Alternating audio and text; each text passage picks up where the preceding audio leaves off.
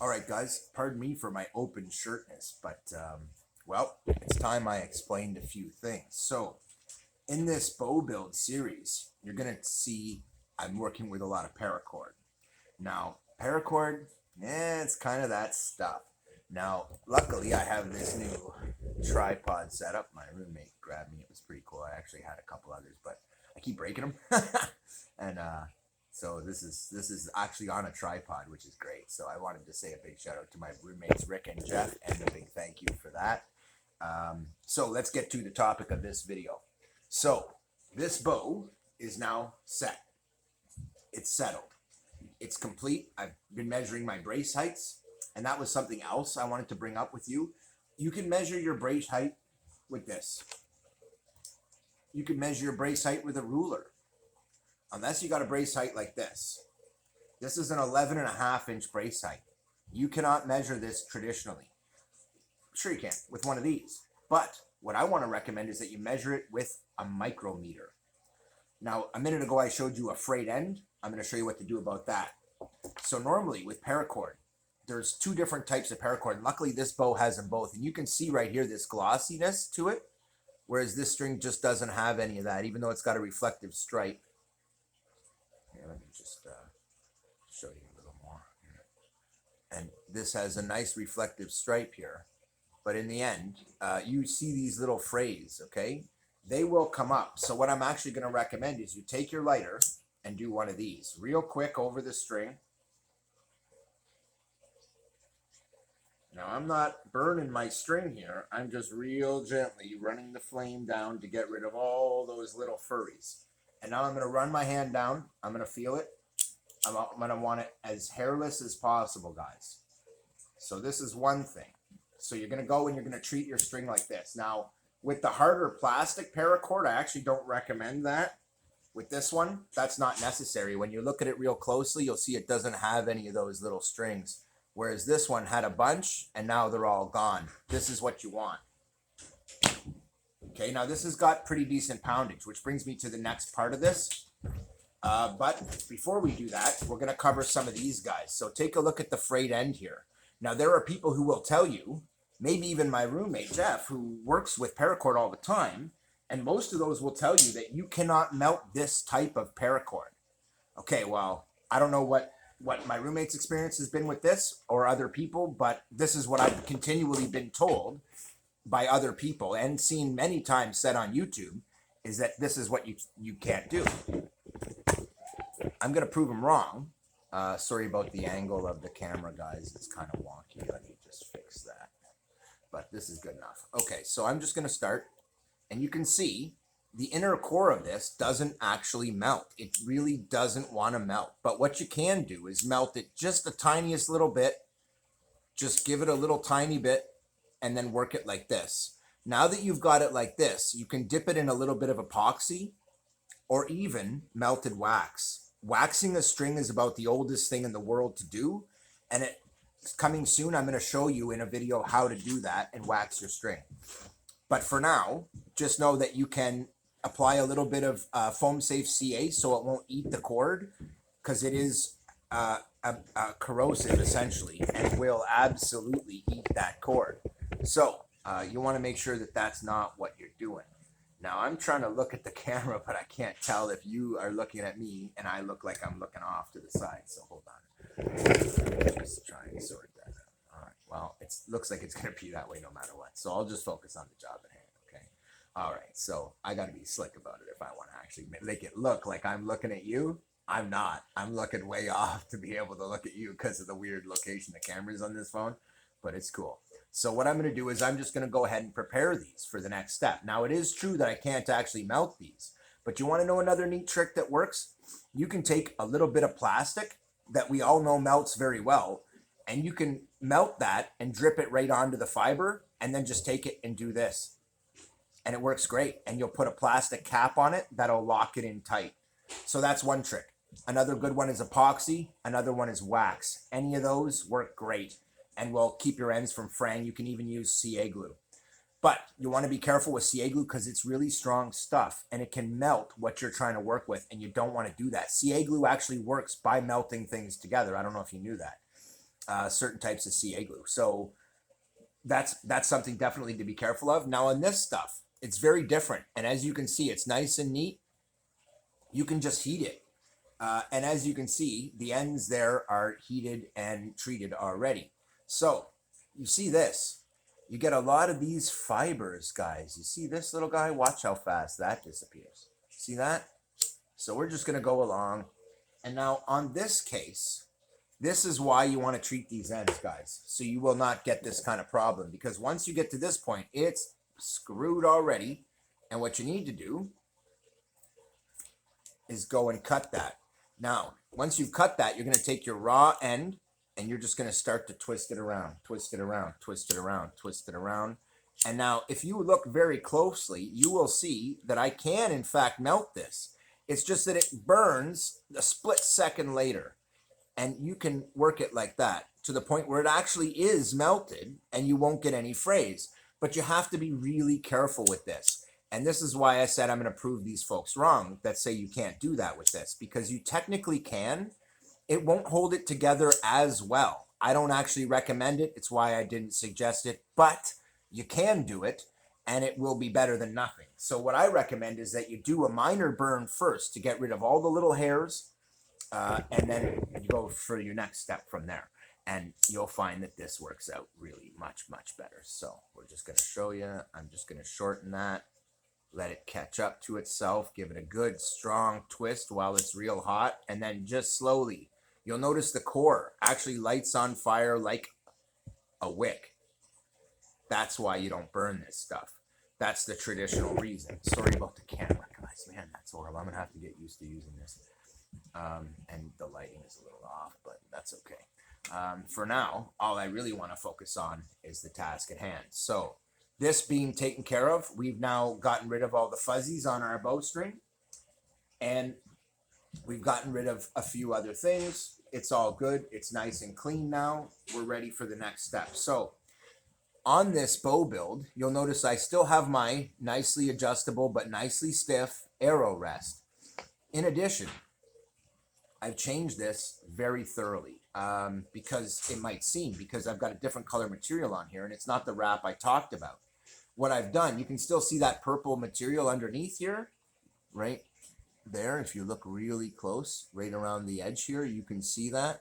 So that's what I was talking about. Now this is just setting, but what I've done is I found a bunch of this stuff. I hate to say it, but junkies use it to tie their arms off. And that kind of is lame, but it is what it is. So now that I've done this, what we've got is an interesting setup here where this has got to have time to cure. That's where, well, fair and well enough. But I found this rubber, I wrapped it so tight. This is a real stiff rubber when it's at full stretch. Okay. And that's how I wrapped it. Because of that, it took a little bit of the cushioning out of the other rubber because it puts it under compression, which is what I wanted. I found it was a bit too soft. It was also a bit too thin for my hand. But now it's absolutely perfect. And as you can see, it is not a straight piece, guys. It is formed to fit my hand. Okay? Equal width, but offset for my grip. When you look really carefully, that's called indexing.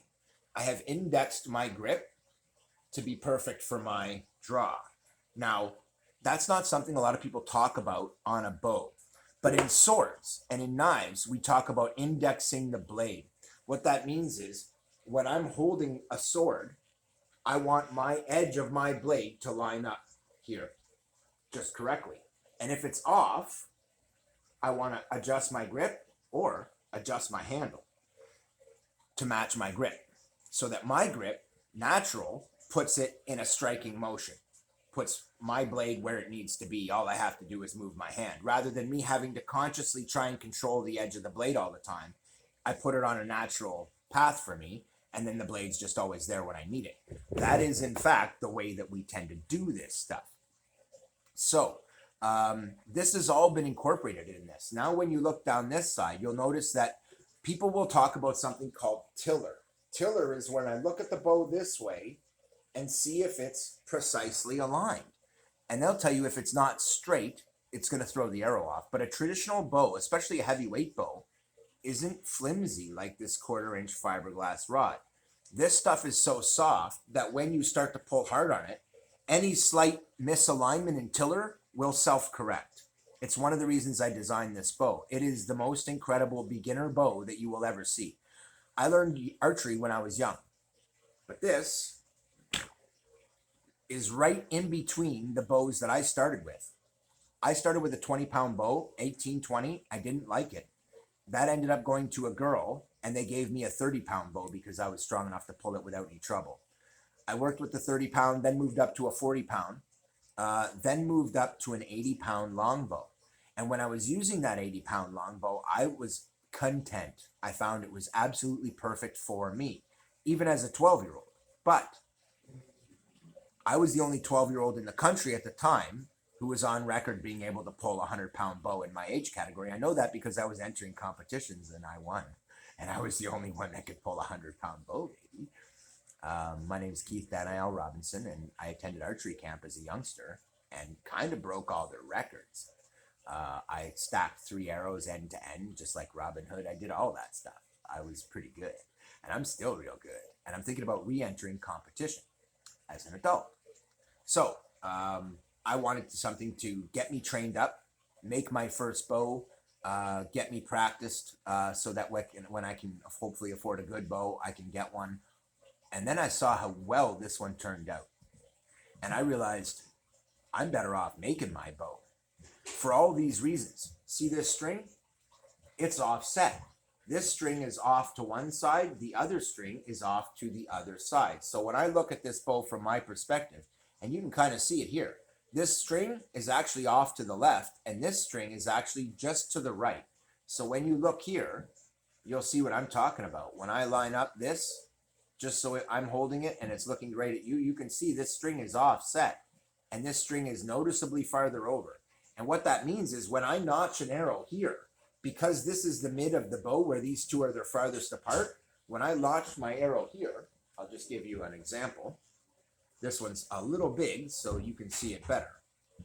But it's huge, okay? I'm not going to be launching this. But when I put my grip to where I want it to be, you can see that my arrow is straight, guys. Okay? Now, here's the trick about that. This is really important, that this be straight across, or you will not get an accurate shot. Now, this is a 58-inch landscaping dowel. It's heavy and it's hard. This is the toughest ones they make. This one's brutal. If I were to try and fire this from this bow, believe it or not, what's crazy about it is it will fire it. I even have a metal cap on this end, so I can just lock it in place and fire that sucker. Now, the fact that it'll fire that at all tells me it's got some decent poundage and makes really good speed. But the theory with this bow was that instead of having a heavy draw weight and massively stiff limbs that snap back hard and fast, I wanted to have something flexible that would snap back hard and fast because it's flexible. It's well known that the lighter the limbs are, the faster it responds, and the higher the arrow speeds tend to be that come from it, even when they have lower poundage draw weights. They tend to be the faster, livelier setups. A good lively setup will transmit arrow energy into the arrow. That's its job. The whole point of the string and all that draw and all that good stuff. Okay, you can see this isn't crazy draw weight here, but it's not bad. It's right around 30 pounds is my guess. And if you really reef on it and put 50 pounds of pressure on it, you'll be at about the maximum draw from this bow. Now, in this video series, I have told you a whole bunch of times that I put 150 pounds or 100 pounds on this. That's not a lie. That's me applying the pressure to see if it will break, but that's not its actual draw weight. So in this video, we're going to talk about the specs of your bow, things like tiller and why they matter. The tiller matters because if one side of the bow is off to one side or the other, it'll tend to want to flex the arrow and kick the arrow off one way or the other. That could be a good thing, that could be a bad thing. Let's say you fire with your arrow on the right. and you tiller it a tiny little bit to the left, if you do it just right at the range you're shooting, it should compensate for that. And because you're firing on the right side, it throws the arrow a little off to the right. If you aim dead center, you're probably going to hit a little to the right. If you were to aim here, down the center of your bow, but you don't actually do that. You aim here on your arrow, which when you look at that string, it lines up, which means this string puts direct straight force onto that, which helps reduce the effect of tiller, because normally the string is in the middle, which means the arrow is offset to the right or left already. If the string is perfectly in the middle, that's how it is.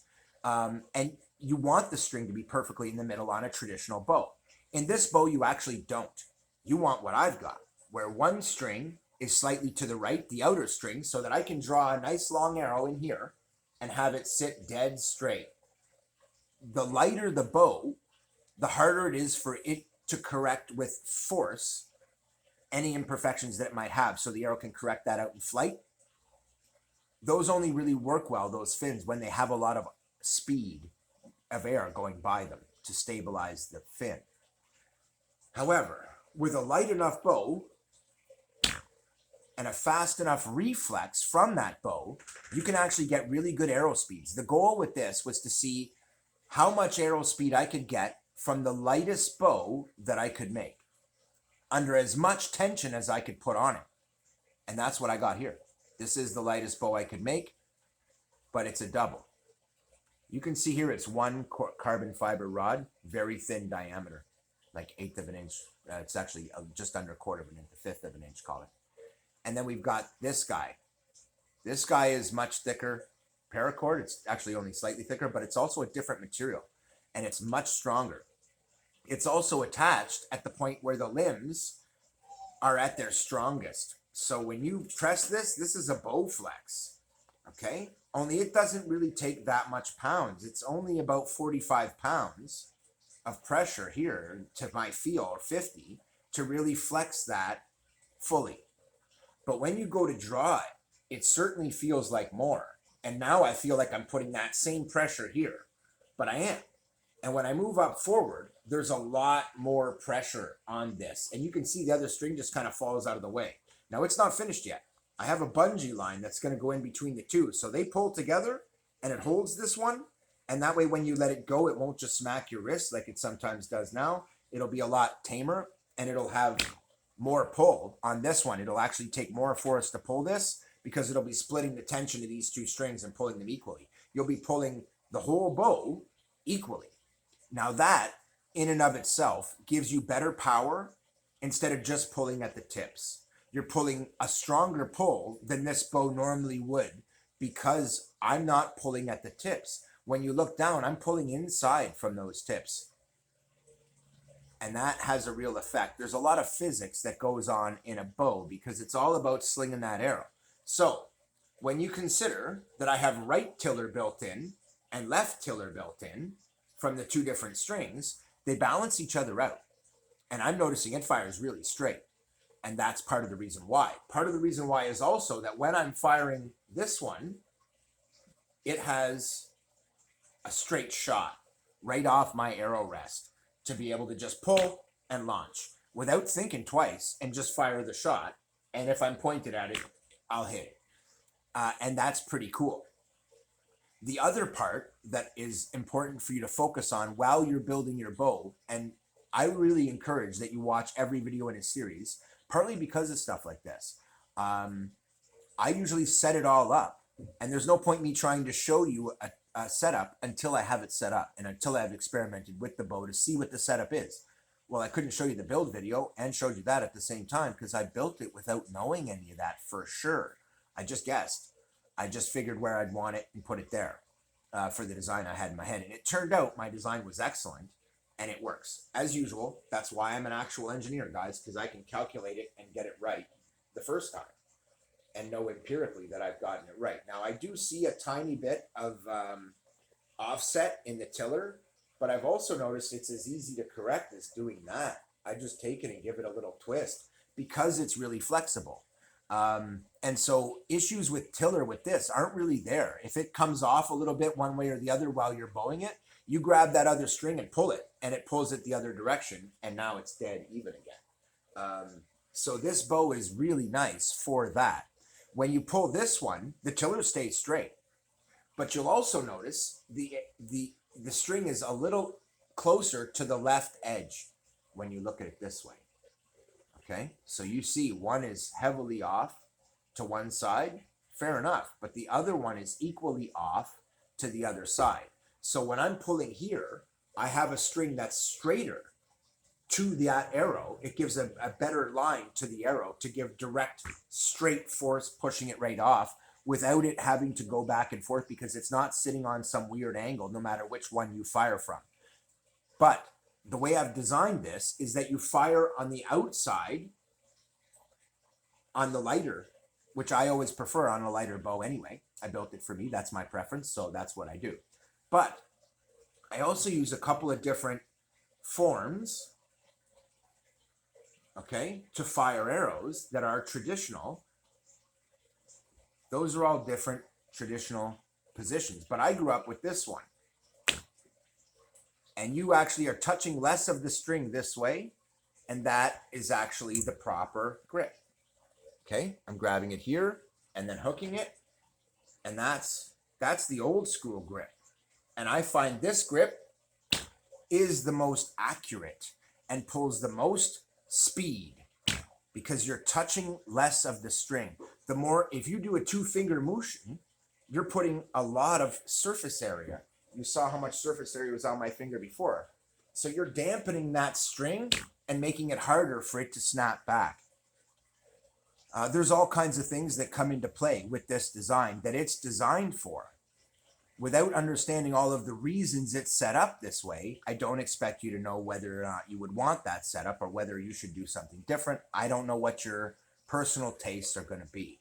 What I can tell you is because of the way I've set this up, this is kind of the ultimate bow. It's right-handed and left-handed, even though it has a left-hand rest, because it has a shelf on the other side that I'm not done with yet. And I can fire on the right side, I can fire on the left side, and I do that routinely now. But because I don't have the shelf built up yet, I have to kind of hold it there. But I find when my grip's at the height it's supposed to be for this, it's perfect, and it notches right in my thumb. Watch this. It just sits there. And because it just sits there, I can just run the arrow through like this, pull, and I keep my thumb up and then let it go. And so, you know, we're talking, I can pull some real power off this bow, even though it's incredibly light, and get some decent arrow speeds off it.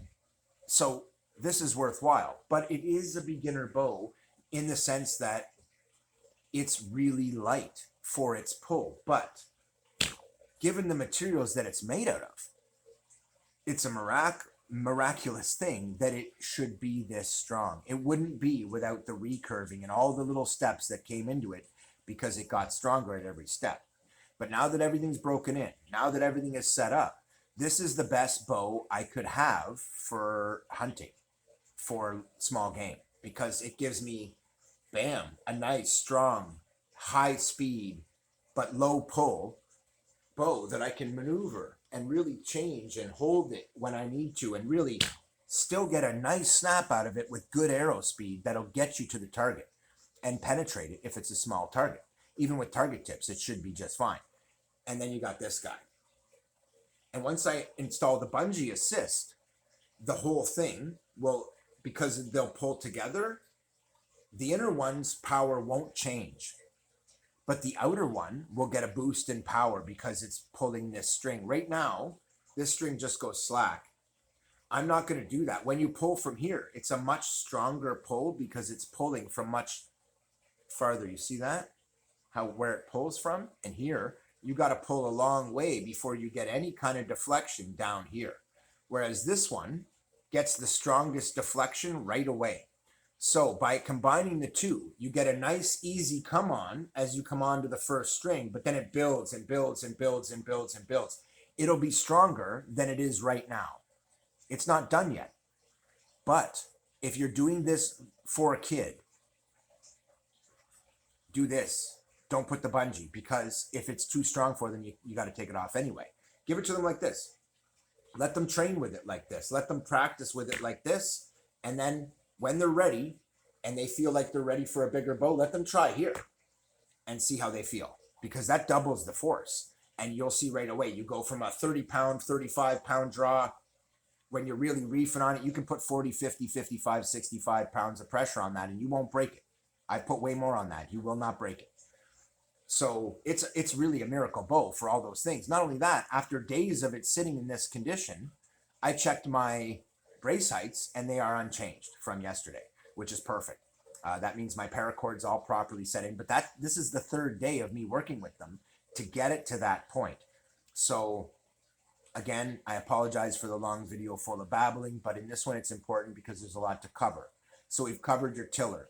In other videos, we've covered your brace height, but I want to talk for a minute about what that means. So if I had a short brace height and my string was here, when I reached in, my bow is very close to me and then I'm pulling back, okay? That is, I am stretching that bow a lot.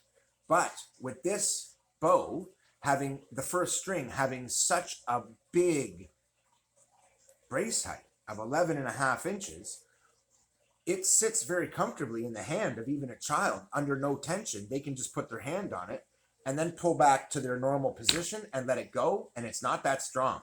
But if you move your arm forward, pull it back harder, it's stiffer. And you can put 70 or 80 pounds of pressure on this, but you won't get that much of a boost in arrow speed. My guess is once you go past about 55 pounds, you're really not getting any more benefit from that. But once you add this to it, it will be higher than that.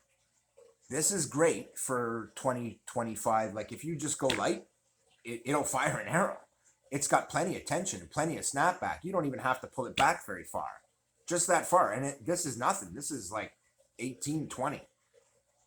Now we're at like 30 and you're at like a 26-inch, 27-inch draw. Go back to a 28-inch draw and you're looking at a good 40 pounds. Really reef it and give it all you got, and the most you'll really put into it before it maxes out what's useful is right around 50 pounds, 55 pounds, which is really great. This one, it's a whole nother ball of wax because you're going to start much earlier in the bow and be pulling on these limbs hard. And now you're really putting this bow into a bowed position, if you know what I mean. And when you really look at this bow, it's actually in quite a bowed position already. This is the firing position for most bows, which brings me to my next point. This material is incredibly flexible and I know from experience will not break. I used it for that. I chose wisely. I also chose a very light fiberglass dowel. So I'm going to show you two here. But these are very different. These are both landscaping dowels. Now you'll see guys making these DIY bows. Well, I challenge you to use this one in your short bow, because this will make your short bow by itself so strong you can barely pull it, which is what I'm actually going to do. That's going to be my next short bow right there. I wanted one that was light, one that was medium, and one that was strong. And I decided instead of building 3 bows, it would be more efficient if I built the light and medium one into the same bow. It's also because it was an experiment to see how much power I could really make, how much arrow speed I could really make with a light build. With the lightest materials that I had access to that would do the job. And I didn't think I'd get anywhere near this much power. I thought I'd put half that much strain on it and it would snap like a twig. And instead, I did a really nice design. I braced it properly. I wrapped it properly. I reinforced it properly. I recurved it properly. All those things have had an effect. And now it's so good that I can't recommend a better one for a beginner or intermediate arrow guy who really wants to practice and get their feel up, and maybe practice in the off season and just have one at home to sit and stretch and play with. This is a great one for that, a great little project. And if you are a bushcrafter, this thing will save your life. It's the lightest one I've ever seen. And it's so light and so easy to sling. And it's out of your way. It's only got a 35.5 inch overall length, which makes it very small. But in that, you get 2 bows. You get a short war bow that's strong enough to be a war bow when you really reef on it.